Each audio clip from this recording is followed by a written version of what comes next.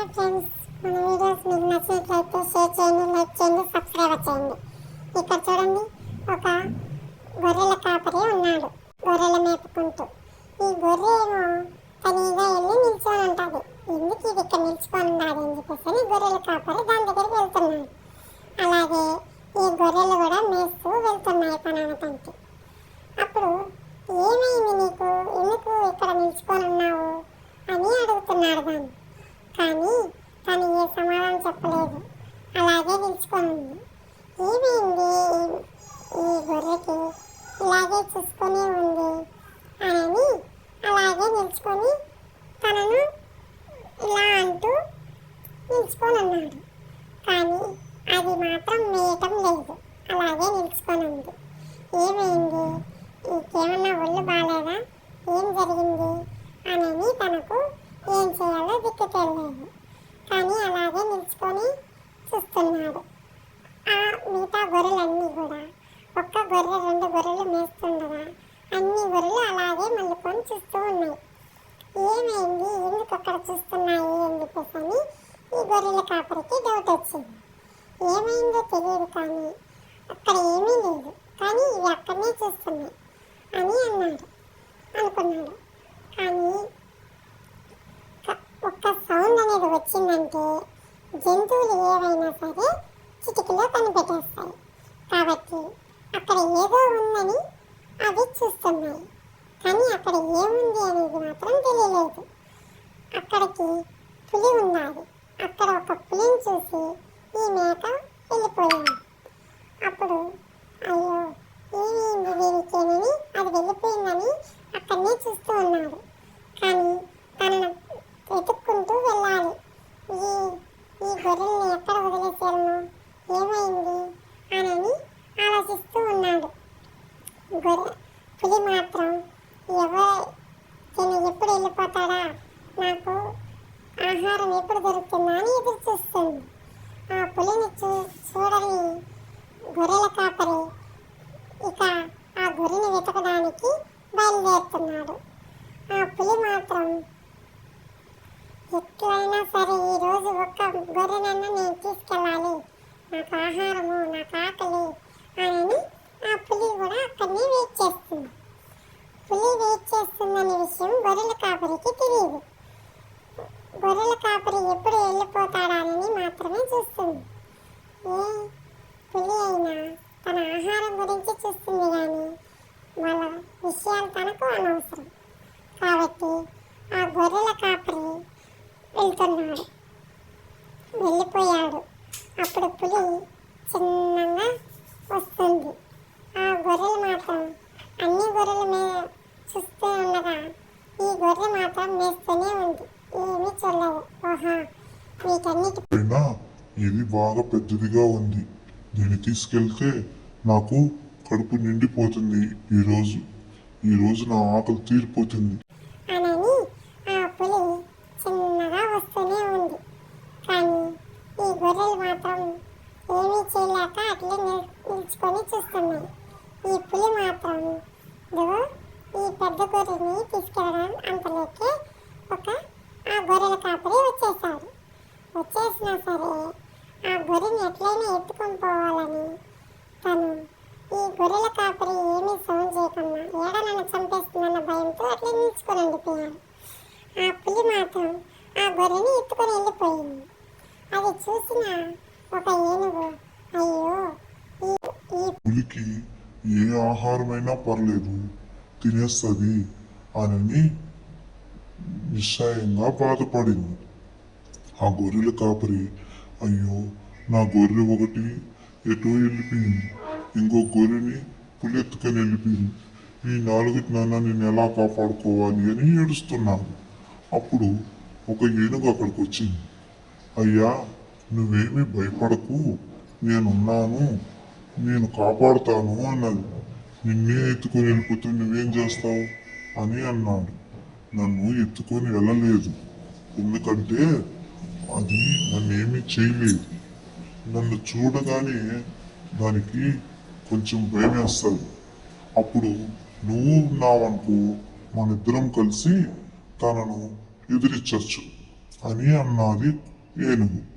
సరే, ఈ గొర్రెలన్నా నాకు దక్కేలా చెయ్యి అని బాధపడ్డాడు.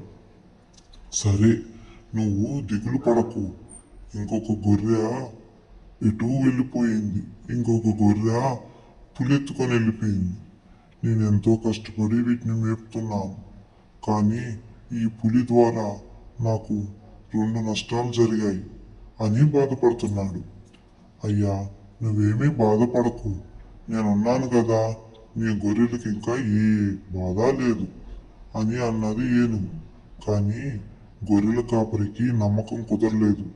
ఎందుకంటే అది పులి, ఇది ఏనుగు. ఈ పులిని ఏనుగు చంపగలుగుతుందా? చంపలేదు. ఏం చేయాలి నేను అని తనలో తానే ఆలోచిస్తున్నాడు. గొర్రెలు తీసుకుని ఎక్కడికి వెళ్ళినా గొర్రెల రుచి మరిగిన పులి నన్ను వెతుక్కుంటూ వచ్చేస్తుంది. ఇంకా నేనేం చెయ్యాలి అని ఆలోచిస్తున్నాడు. మళ్ళీ చెప్పింది ఏనుగు. అయ్యా, నేను మళ్ళీ చెప్తున్నాను కదా, నువ్వేమీ బాధపడకు, నేనున్నాను. ఖచ్చితంగా నిన్ను, నీ గొర్రెలను నేను కాపాడుతాను అని అన్నది ఏనుగు. ఇప్పుడు మమ్మల్ని కాపాడుతాను అని నువ్వు అంటున్నావు కదా, ఆ పులి నిన్నే ఏమన్నా చేస్తే వద్దు, నువ్వు వెళ్ళిపో, నీకెందుకు బాధ అని అన్నాడు గొర్రెల కాపరి. వాళ్ళు ఎలా వదిలేస్తాను? ఒక మనిషి, ఒక జంతువు అన్ని ప్రాణాలే కదా. ఒక ప్రాణం పోతున్నప్పుడు చూస్తూ ఎలా ఉండిపోతాము అని అన్నది. లేదు, ఒకరి ప్రాణాలు కాపాడాలంటే మన ప్రాణాలు రిస్క్లో పెట్టాలి. నువ్వు వెళ్ళిపోయేనుగా, నేను ఎలాగోలాగా కాపాడుతాను అని అన్నాడు గొర్రెల కాపరి. ప్రాణాలు పోయినా పర్లేదు కానీ నేను ఒక ప్రాణం పోతున్నప్పుడు చూస్తూ ఉండలేను అని అన్నది ఏనుగు. కానీ ఆ సమయం ఎట్లా పోతుందో ఏమో, పులి వచ్చి ఎవరు తింటుందో ఏమో అని మేకలు, గొర్రెల కాపరి, ఏనుగు ఇవి అన్నీ చూస్తూనే ఉన్నాయి. కానీ ఈ పులి ఎప్పుడు వస్తుందా అని భయపడుతూ అక్కడే ఉన్నాయి. ఏ పులి రానే వస్తుంది, ఖచ్చితంగా ఎవరినో కానీ తీసుకెళ్తుంది. కానీ ఆ ఎవరు, అది ఎవరిని తింటుంది, నేను వీళ్ళని ఎలా కాపాడాలని గొర్రె కాపరి, అలాగే ఆలోచిస్తూ ఏనుగు ఈ 2 ఆలోచనలో పడ్డాయి.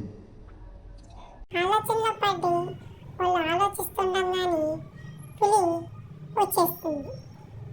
ఆ పులిని ఎదుర్కొనే ధైర్యం నాకు లేదు. నేను ఇంకెవరినన్నా పిలుచుకొచ్చాక వచ్చేగిమికి గొర్రెలు తినేస్తుంది. ఏం చేయాలి అని చాలా బాధపడుతున్నాడు గొర్రెల కాపరి. ఏనుగు ఇప్పటికైనా మించిపోయింది లేదు, నువ్వు వెళ్ళిపో అని అన్నాడు. లేదు, నేను వెళ్ళను, ఏదైతే అదయింది, నేను నిన్ను, నీ గొర్రెలను కాపాడేసే వెళ్తాను అని ఏనుగు పంతంతో కూర్చుంది. వద్దు ఏనుగు, నీకు ప్రాణాలు ఎందుకు వస్తుంది, మేము ఇట్లా వెళ్తాం, నువ్వు వెళ్ళిపో, నీ ప్రాణాలు కాపాడుకో అని అన్నాడు గొర్రెల కాపాడి. ఆహా, లేదు, నేను వెళ్ళను, మీరేం భయపడకండి. ఎందుకు భయపడతారు, మీరేమి దిగులు చెందకండి, నేనున్నాను కదా అని ఏనుగు ఎంతో నచ్చ చెప్తుంది. కానీ తన మనిషి కదా, అది పులి కాబట్టి తనకు భయం అనేది తగ్గలేదు. ఏమవుతుందో ఏమో అన్న భయం తనని వెంటాడుతూనే ఉంది. ఈ గొర్రెల్ని కాపలాగా అక్కడే ఉన్నాడు. నీళ్లు తాగేసి వస్తానని వెళ్ళాడు. అంతలోనే పులొచ్చింది కానీ ఏనుగు చూడలేదు. అది మాత్రం ఓహో, పెద్ద జంతువే ఉంది ఇక్కడ అంటూ వస్తుంది. అంతలోనే ఏనుగును చూసి, అర్రే, ఏనుగుంది ఇక్కడ, ఇది నన్ను ఎలాగైనా చంపేస్తుందని కొంచెం తగ్గుతూ ఉంది.